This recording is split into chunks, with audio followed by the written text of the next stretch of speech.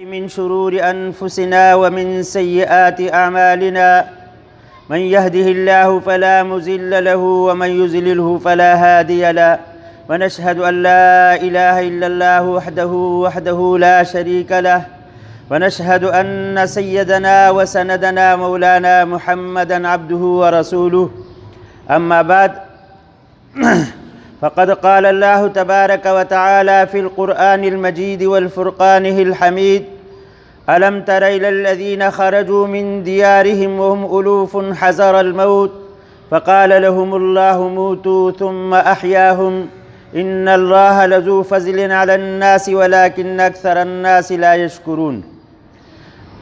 عزیزان محترم اور میرے قابل قدر دوستو بزرگوں، جسے کہ آپ حضرات کو پتہ ہے کہ آج کل کے حالات کے اعتبار سے یہ کرونا کا جو وبا پھیلی ہے، اس کے بارے میں لوگوں کے عجیب طریقے اور عادت اور عقیدے ہیں۔ یہ عقیدہ رکھنا کہ میں کرونا کی وجہ سے میرا انتقال ہوگا، یہ نہیں، بلکہ تقدیر کے اندر جو اللہ نے لکھا ہے انسان کو اسی کی طرف سے موت آئے گی۔ یہ جو میں نے آپ کے سامنے سورۃ بقرہ کے 243واں آیات میں نے تلاوت کی، اس میں بھی اللہ تبارک و تعالیٰ نے ایک واقعے کی طرف اشارہ کیا۔ تفسیر ابن کثیر اور سلف صحابہ اور تبع تابعین سے روایت ہے کہ بنی اسرائیل کے اندر ایک بستی تھی، ان کے اندر وبا آئی۔ اس وبا کی وجہ سے لوگ ڈر گئے اور اس بستی کو چھوڑ کر کے باہر نکل گئے۔ اللہ نے فرمایا الم تر الی الذین خرجوا من دیارہم، آپ نے نہیں دیکھا ان لوگوں کو جو نکلے اپنے گھروں سے موت کی ڈر سے، حذر الموت۔ فقال لهم اللہ موتوا، اللہ نے دو فرشتے بھیجے، وہ کھلے میدان کے اندر تھے، دو پہاڑوں کے درمیان، تو اللہ نے دو فرشتوں کو بھیجا اور دونوں فرشتوں نے ایک چیخ، ایک آواز نکالی جس کی وجہ سے وہ سب کے سب مر گئے۔ وہ کتنی تعداد تھی؟ اللہ نے فرمایا وَهُمْ أُلُوفٌ حَذَرَ الْمَوْتِ، وہ ہزاروں کی تعداد تھی اور موت کی ڈر سے، اس وبا کی ڈر سے۔ علماء نے لکھا ہے کہ ان کی تعداد 10,000 سے بھی زیادہ تھی۔ جب وہ مر گئے، آس پاس کے لوگوں کو پتہ چلا تو وہ آ کر دیکھ کر حیران ہو گئے اور اس کا کفن دفن کرنا ان کے لیے مشکل بن گیا۔ اب انہوں نے یہ سوچا کہ سب کے لیے قبر کھودنا اور ان کو دفنانا یہ تو بہت مشکل ہے۔ انہوں نے اس کے چار دیواری کر کے اس کے احاطہ کے اندر چھوڑ دیا۔ کافی عرصہ کے بعد حضرت حزقیل علیہ السلام اس وقت بنی اسرائیل کے نبی تھے، اس کا وہاں پر گزر ہوا تو دیکھا کہ بہت سارے انسانوں کی ڈانچے اور ہڈیاں اور یہ پڑے ہوئے ہیں۔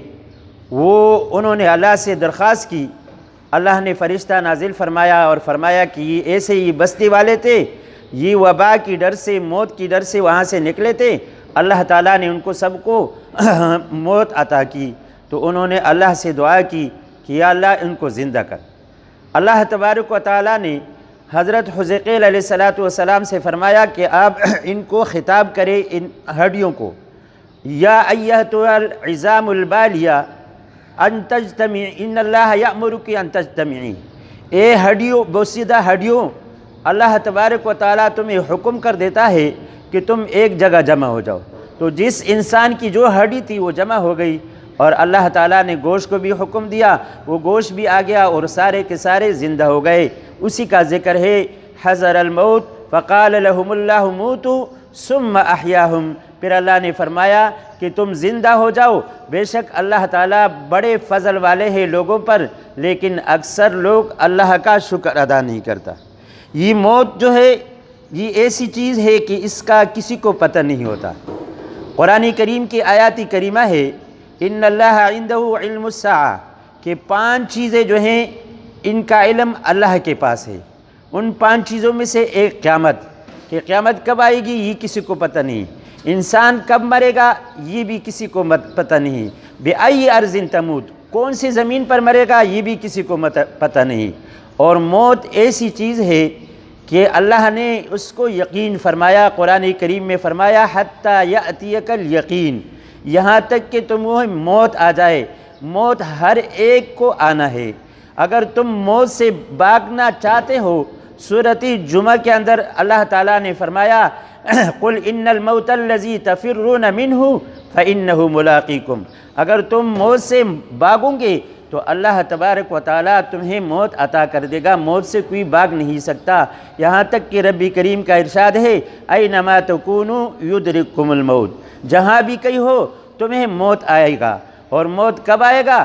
جو انسان کا وقت اللہ نے مقرر کیا ہے اسی وقت کے اندر ایک سیکنڈ نہ آگے ہوتا ہے نہ پیچھے۔ خود رب کریم کا ارشاد ہے اذا جاء اجلهم لا يستاخرون ساعة ولا يستقدمون، کہ جب کسی کا وقت مقررہ آ جائے تو ایک سیکنڈ نہ آگے ہوتا ہے نہ پیچھے۔ جسے ایک واقعہ لکھا ہے کہ اسی کراچی کے اندر گلستان جوہر کے اندر ایک بلڈنگ کا تعمیر ہو رہا تھا اور چوتھے منزل سے ایک آدمی گر کر سیدھا کھڑا ہو گیا، اور جب وہاں سے واپس چوتھے منزل پر گیا تو ان کے ساتھیوں نے اور ٹھیکیدار نے کہا کہ آپ کو تو ہمیں مٹائی دینا چاہیے، آپ کو اللہ نے بچا دیا، اب ہمیں مٹائی دے دے۔ تو اس ٹھیکیدار نے اپنے جیب سے پیسے نکال کر اس کو بولا کہ جاؤ مٹائی لا کر اپنی ساتھیوں پر تقسیم کرنا۔ وہ مٹائی کی دکان گیا، وہاں مٹائی لیا اور واپس آ رہا تھا کہ معمولی سے کار نے اس کو ٹکر ماری اور اسی وقت اس کا انتقال ہو گیا۔ تو اللہ نے چوتھے منزل سے بچا دیا، چونکہ اس وقت اس کا وقت مقررہ نہیں تھا، اور موت بھی وہ کار کی وجہ سے لکھی ہوئی تھی، تو اسی کار کی ٹکر سے جو ہے وہ مر گیا۔ تو انسان جو ہے تقدیر سے جو ہے وہ نہیں بھاگنا چاہیے، تدبیر احتیاط تو کرنا چاہیے، لیکن وہ جو اللہ کی طرف سے مقرر ہے وہی اس کو موت آئے گی، اس کے علاوہ کسی وبا سے نہیں آ سکتا۔ پھر وبا کے بارے میں حدیث مبارکہ میں ہے سن 18 ہجری میں جب حضرت عمر فاروق رضی اللہ تعالیٰ عنہ امیر المومنین تھے، تو شام کے ملک کے اندر ایک بستی تھی، اس بستی کا نام تھا اماواس۔ اس اماواس کے اندر ایک وبا پھیل گئی، اور ایسی وبا کہ اس میں بڑے بڑے صحابہ کرام، حتیٰ کہ علماء نے لکھا ہے کہ 25,000 کی تقریباً 25,000 کے برابر جو ہے ان کی تعداد تھی کہ ان کا جو ہے وہ اس وبا سے شہید ہو گئے تھے۔ ان میں سے بڑے بڑے صحابہ کرام حضرت عبیدہ ابن جراح رضی اللہ تعالیٰ عنہ وہ صحابی ہے جن کو اللہ کے رسول نے امین هذه الامہ فرمایا، وہ بھی اسی وبا کے اندر شہید ہو گئے۔ حضرت معاذ ابن جبل یہ بھی بہت بڑے صحابی ہے، اللہ کے رسول نے اپنی زندگی میں ان کو یمن کا گورنر بنایا تھا، وہ بھی اسی وبا سے شہید ہو گئے۔ اور اسی طرح یزید ابن ابی سفیان وہ بھی اسی وبا کے اندر جو ہے شہید ہو گئے۔ تو حضرت عمر فاروق رضی اللہ تعالیٰ عنہ ملک شام جانے کا ارادہ کیا۔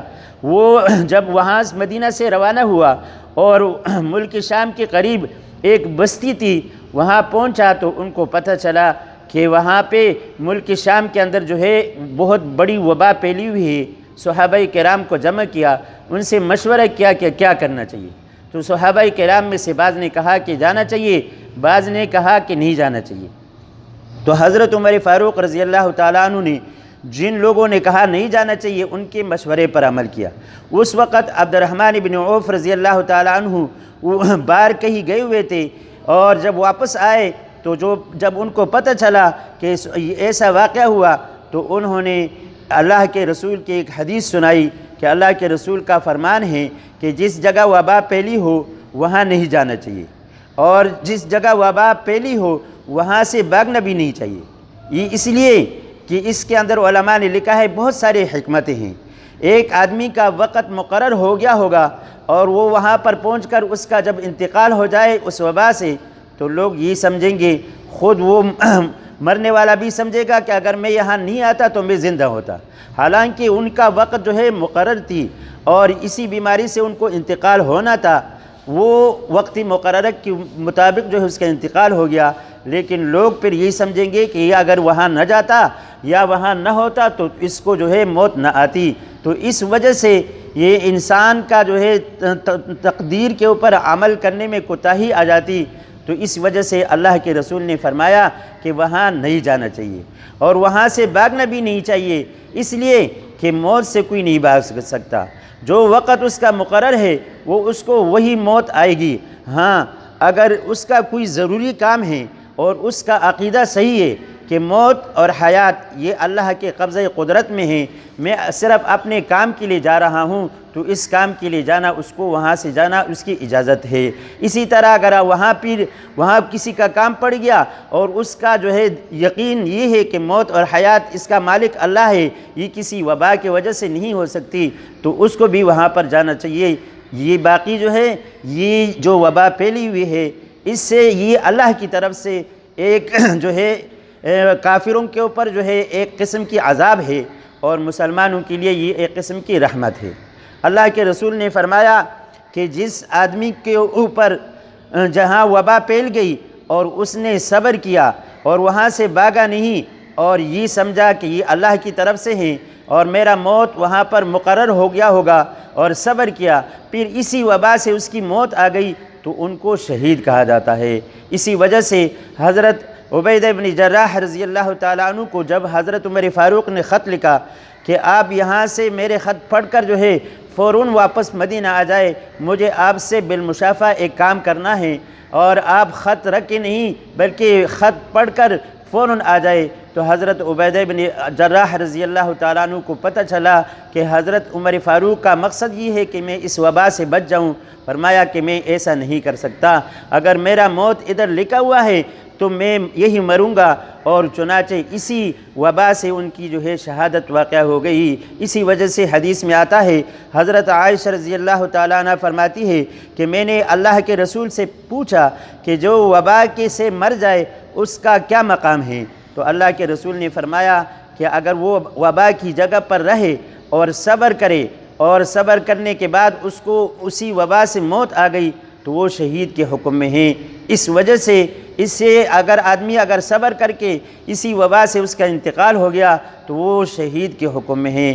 باقی یہ کہ اس کا جو ہے جنازہ پڑھنا چاہیے، وہ ڈرنا نہیں چاہیے۔ موت اور حیات یہ اللہ کے قبضہ قدرت میں ہیں، اور ایک مسلمان کا اکرام جو ہے بہت بڑا ہے۔ اللہ نے فرمایا وَلَقَدْ كَرَّمْنَا بَنِي آدم، ہم نے بنی آدم کو بہت عزت دیا ہے۔ تو جیسا زندہ تھا وہ معزز تھا، مرنے کے بعد بھی اس کا عزت یہ ہے کہ صحیح طریقے سے اس کا جنازہ پڑھایا جائے اور اس کا کفن دفن غسل کر کے اس کو جو ہے دفنانا چاہیے۔ ڈرنا نہیں چاہیے، موت کا جو وقت ہے وہ آ کر رہے گا، اس سے بھاگا نہیں جا سکتا۔ باقی یہ رہا کہ اس وبا سے بچنے کی کون سے عمل کرنا چاہیے، علماء نے مختلف جو ہے وجوہات لکھے ہیں۔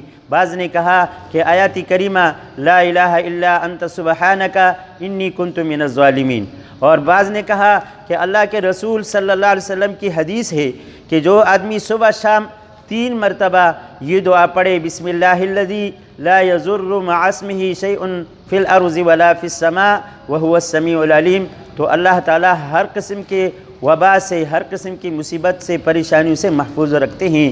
اور حال ہی میں جناب علامہ تقی عثمانی رحمۃ اللہ علیہ نے ایک واقعہ ذکر کیا ہے کہ ہمارے تبلیغی حضرات میں سے ایک بڑے بزرگ نے خواب دیکھا تھا۔ اس خواب کے اندر انہوں نے اللہ کے رسول نے ان سے فرمایا تھا کہ اس وبا سے بچنے کے لیے آپ یہ عمل کریں۔ وہ کون سا عمل ہے کہ 3 مرتبہ سورۃ فاتحہ الحمدللہ رب العالمین 3 مرتبہ یہ، اور 3 مرتبہ سورۃ اخلاص قل هو اللہ احد، اور 313 مرتبہ حسبنا اللہ ونعم الوکیل۔ اس کا ورد کریں گے تو انشاءاللہ تعالی اللہ تعالی ہر قسم کی وبا اور مصیبتوں سے محفوظ فرمائے۔ اللہ تبارک و تعالی سارے مسلمانوں کو اور ساری دنیا کے لوگوں کو بھی اس وبا سے محفوظ فرما دے، اور ہر قسم کی پریشانیوں سے، بیماریوں سے، مصیبتوں سے جو اس بیماری میں مبتلا ہو گئے ہیں ان کے لیے بھی دعا فرمائے کہ اللہ تبارک و تعالی ان سب کو صحت کاملہ عاجل نصیب فرما۔ وآخر دعوانا